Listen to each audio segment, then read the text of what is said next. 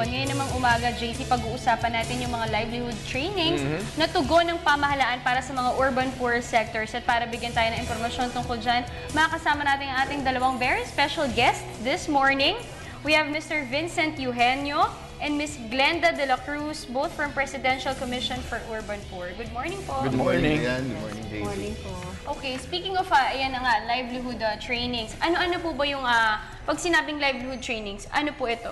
Actually, ang PCUP ngayon ay nasa proseso ng pagde-develop ng isang programa. Ang tawag namin ay Social Enterprise Development Program para sa urban poor communities. Nakikita namin na yung social entrepreneur, isa siyang papausbong pa lang na modelo kung saan yung mga komunidad tinitingnan na may kakayahan na magpatakbo, mag-manage ng kanilang sariling mga enterprises na makakapag-contribute doon sa economic development doon sa kanilang community. Baga siya yung makakapag-steer up ng local economy. Sa kasalukuyan ba, sir, ma'am, Yes. ano ba yung livelihood or source of income ng ating mga informal settlers or ng urban poor? Okay. Sa ngayon po, ang mga nakikita namin sa mga urban poor areas, nagtitinda po sila. So, gumagawa sila ng mga basahan. Meron din pong gumagawa ng mga parol. More recyclable Yung mga materials. kapis, yes. And then yung mga recycled na mga throwaways ng mga tinatapon Mga ng ating mga, plastic. yes, plastic, yung balat ng Recycled juice. Juice, Yes, Tetra yun yung mga packs. ganyan, oo. Yun po yung mga sa mga probinsya naman, sila po ay nangingisda, sila po ay nangangalahi. Yun po yung mga hanap buhay nila at kung pupunta tayo sa mga areas na yon, makikita natin yung kakulangan ng kanilang mga pondo.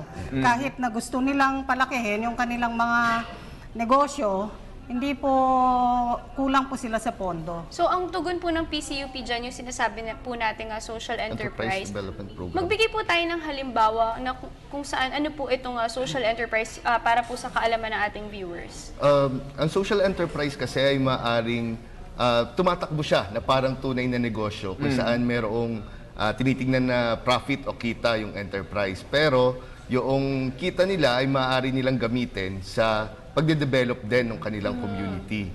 So maraming example na, katulad na nabanggit ni Ms. Glenda kanina, yung mga recycled products, maraming recycling cooperatives tayo dito sa Metro Manila. Maraming ang karaniwang foundation niya ay yung mga kooperatiba Pero ngayon may mga organization na kahit hindi pa sila ganap na kooperatiba ay nakakapagsagawa na sila ng mga maliliit na income earning activities, yung alternative income ng mga tao. So ang na-imagine natin, Vincent, na itsura or setup nitong mangyayaring social enterprise ay merong organization na popondo doon sa kapital siguro at yung mga workers or yung mga empleyado ng enterprise ay yung mga urban poor. Ganito ba? Tama, Vincent? JC. Kailangan magkaroon ng sistema ng pamamahala. Pero nakikita namin na kaya naman. Kasi ang mga urban poor organizations, they're very active on housing issues, they're very active on advocacy.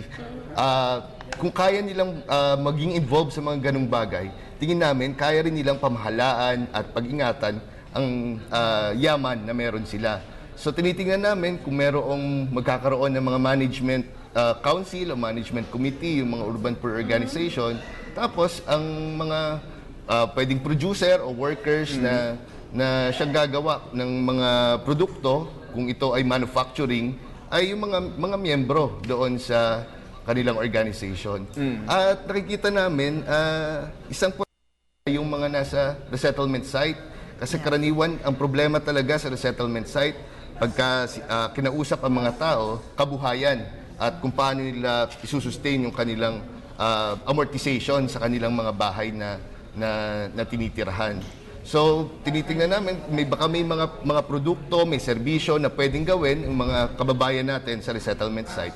Pero syempre, hindi lahat sa kanila yung nagkaroon ng basic, siguro training. Paano po yung ginagawa natin? Hindi naman lahat din sa kanila yung marunong talaga gumawa. May training po ba tayo pinoprovide? Seminar, workshops po? Ito po yung trabaho ng PCUP. Tignan at iprepara o ihanda ang mga kaisipan at emosyon ng mga tao ng urban poor organizations lalo na sa Pagpapamahala ng kanilang mga negosyo. pamamahala ng isang negosyo. Dahil hindi sila marunong, kung mapapansin po natin ang mga urban poor organizations natin sa mga communities ay issue-oriented. So ngayon Exactly. kailangan nating i-divert yung kanilang mga isipan, yung mindsetting nila sa isang entrepreneurship.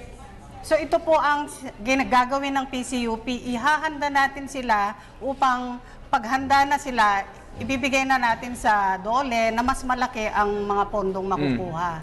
O kaya DSWD, microfinancing agencies, at mas malaki ang makukuha nilang kapital dito. Sa ngayon po ba, sang area po yung may pinakamaraming mga urban poor sector or families? Marami karaniwan sa Metro Manila. Metro Lahat halos ng Manila. mga urban centers ay para nakikita natin na hindi man tumataas, nananatiling marami ang bilang ng mga urban poor communities.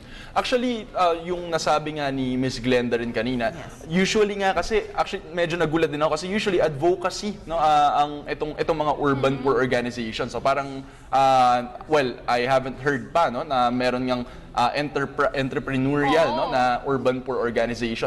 Sa ngayon ba, meron na kayong na-contact at meron na kayong mga kausap na urban poor organizations for this? Meron po tayong dalawang malalaking urban poor organizations. Yung isa ay sa Payatas, yung informal waste sector. Alright. At hinahawakan na po ito ng isang NGO. Okay. At yung isa naman ay nasa Batangas, isang kooperatiba na po ito. Muntik na silang ma-demolish. At nung pumasok ang PCUP sa kanila, napatigil natin ang demolition at ipinasok natin sila sa isang livelihood. So meron na po silang ibinigay na may ibinigay na pondo ang provincial government, 250,000 ang provincial government, at ito po yung kanilang pinapalaki ngayon. Sa ngayon po, meron silang bakery, meron silang sari-sari store, urban poor organizations owned, UPO owned, na isang samahan. So they are now a cooperative. Ang punto, JC, ay maraming na tayong mga organizations, ina-assist man ng mga non-government organizations o mga social enterprises din. Yes. Ang gusto lang malaman ni PCUP, ano-ano yung mga practices na ito? Ano-ano yung mga na model na pwedeng i-replicate, pwedeng i-adapt doon sa context ng isa pang community. So, nabanggit mo nga kanina yung Rags to Riches, ang mga initiatives ng Gawad Kalinga, ang mga initiatives ng Happy Noy. So, maraming mga social enterprise models and practices na kinikilala na bilang isang pamamaraan para makapagbigay ng kaunlaran doon sa mga maralitang tagalunsod. Titingnan lang namin, iipunin namin kung ano-ano ito at pipiliting makagawa ng isang research at documentation dun sa mga existing initiatives at the same time makapag-incubate ng mga bago.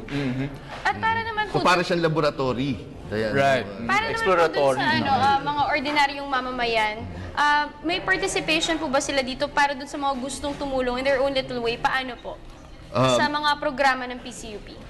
Yes. Yung mga karaniwang mamamayan, ang PCUP kasi ay nagiging halos parang tulay ng maralitang tagalunsod sa So pwede rin siyang maging Sponsor. platform kung saan yung mga civic organizations, yung kahit mga youth organizations at mga school-based organizations, lalo na yung nasa enterprise at business, kung gusto nilang mag-volunteer sa mga urban poor organizations, sa pag-assist sa pamamahala ng mga enterprise, ay pwede silang lumapit at makipagtulungan sa PCUP. Ayun, dapat talaga masuportahan yan dahil ang daming matutulungan lalo na itong mga urban poor sectors ng ating Tsaka bansa. nabanggit nga ni Vincent kanina, talagang marami ng success stories din ng social enterprise. Maybe no, talagang it's about time na ipasok sa gobyerno no yung ganitong programa para ma-facilitate no ng pamahalaan through PCUP no with the urban poor.